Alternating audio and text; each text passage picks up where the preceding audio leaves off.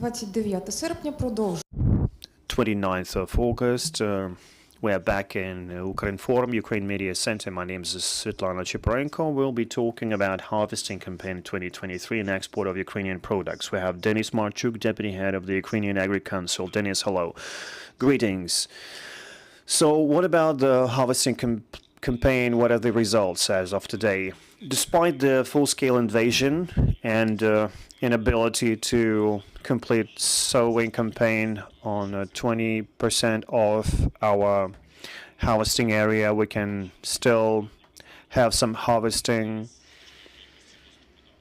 We unfortunately, because of temporary occupation in mines, we expected for the results to be less than last year, but agricultural workers, due to the good weather this season, we're planning to have 76 million tons of harvest, which is good, and we have 29 million tons for grains. The western regions are a bit slower because of the rains, heavy rains, but still they're ending the grain harvesting. They already completed sunflower harvesting. It's about 1.8 tons per hectare, and I think we won't have poorer results than the last year. So we have some good expectations to ensure food safety within the country and exports. But still, selling grain is a big issue because we have good harvesting results. If we have the possibility to sell these crops, it will be a positive sign for them to get ready for the sowing campaign. And the Ministry of Agricultural Policy tries to find out if the sowing area will be decreased. Well, the manufacturers say that they won't. Still, we have export. If we don't make the Black Sea export way work, I think up to 30% of manufacturer will have to decrease their sowing areas for winter crops, or at least, or maybe even refrain from working this season because their granaries are full. We have a second ship leaving the port since the end of the grain corridor. Do we have any other ways?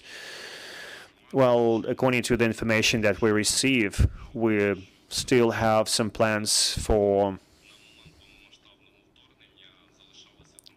the Black Sea. I think at the moment of the full-scale invasion, they had 9 in the port, so they still have 7, and our armed forces are trying to prepare this corridor, and in terms of safety, we did all we could to save lives of ship crews and ships. And the fact that the second ship reached Turkey, the Bosphorus, that means that Ukraine not only can let the ships out that were there in the port before the full-scale invasion, but also let the ships in to ensure export to external markets. And we do a lot to do that, including insurance requirements fulfillment, because after Odessa and other regions were targeted, it's a big safety issue.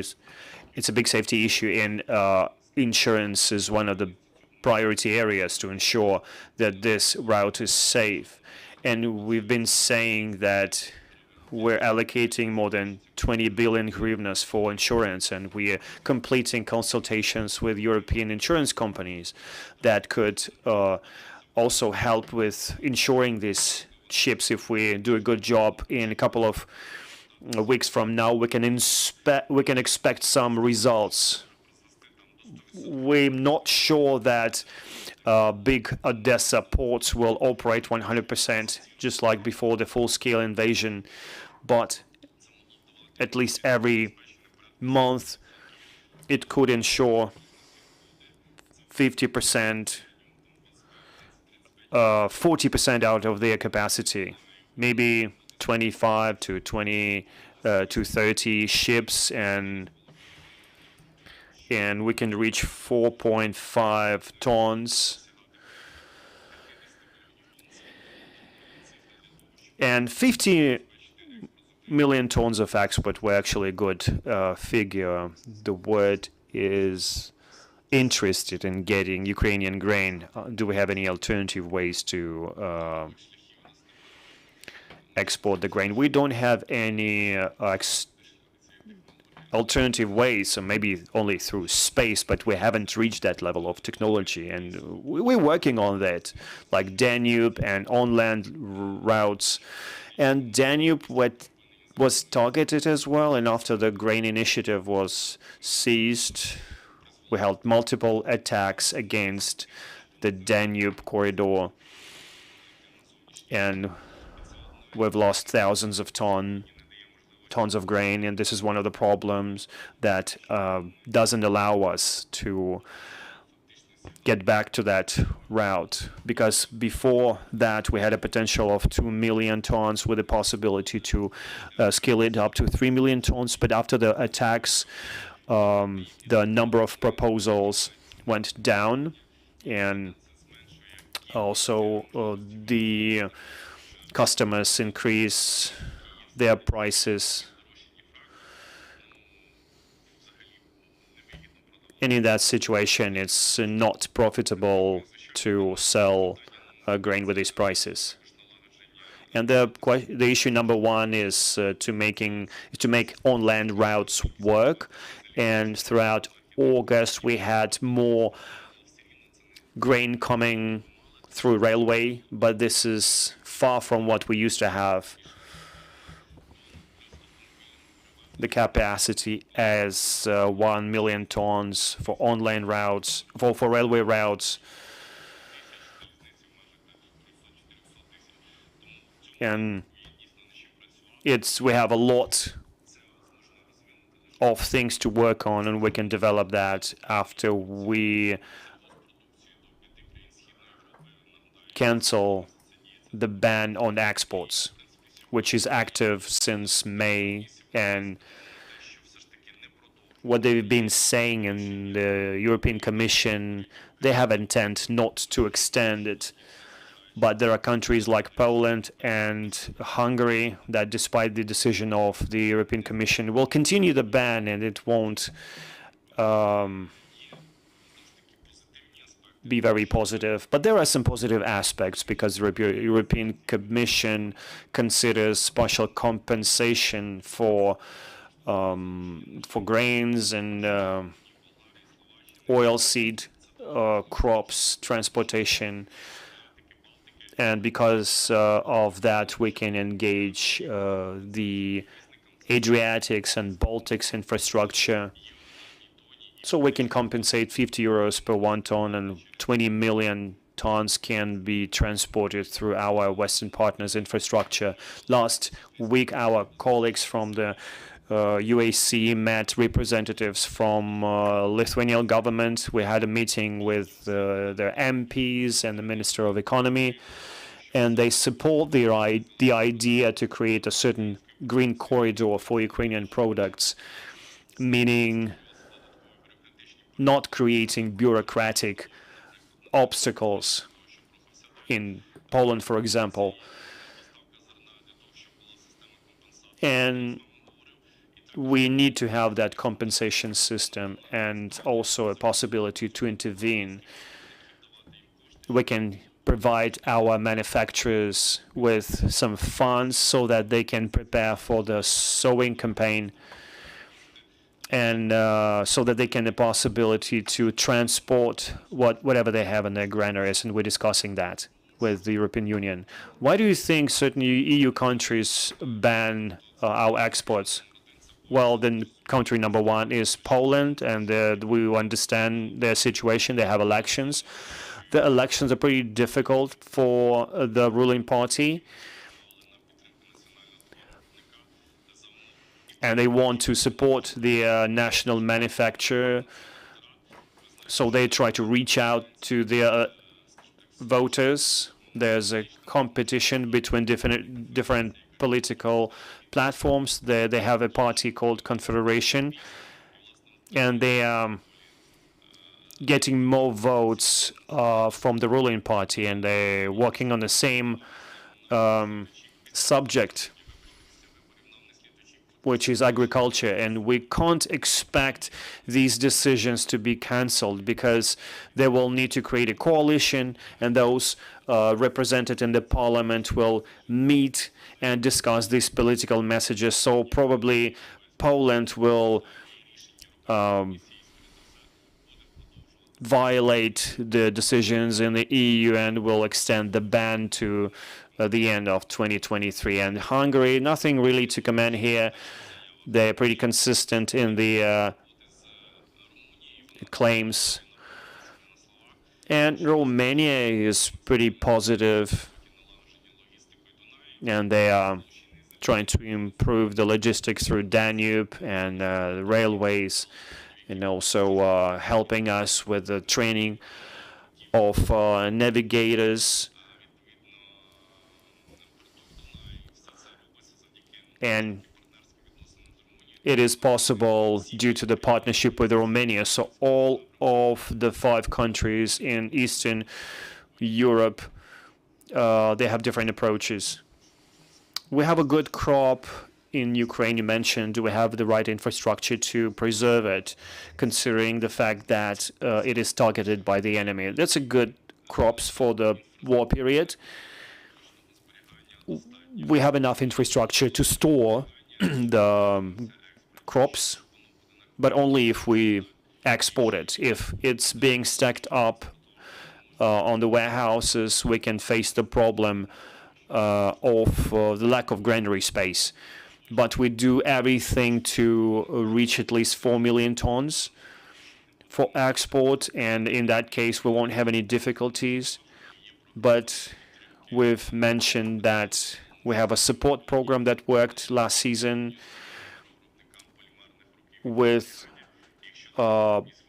providing our manufacturers with extra storages free of charge, and maybe with the help of our donors, we will again provide these manufacturers with the storage options, because these systems can allow to store these crops for a year.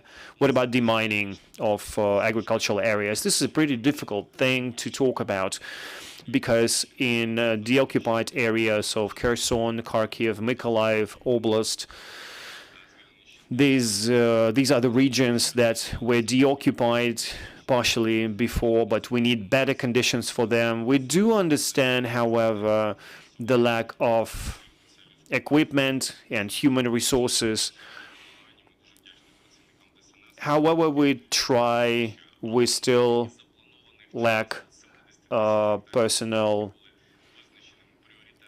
despite the help of the State Emergency Service. And we have 170,000 hectares that were demined or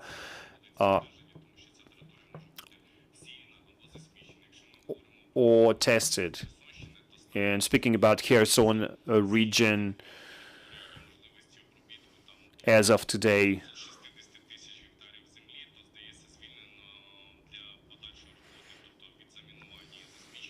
the land that was released is 60,000 hectares. It's not very high.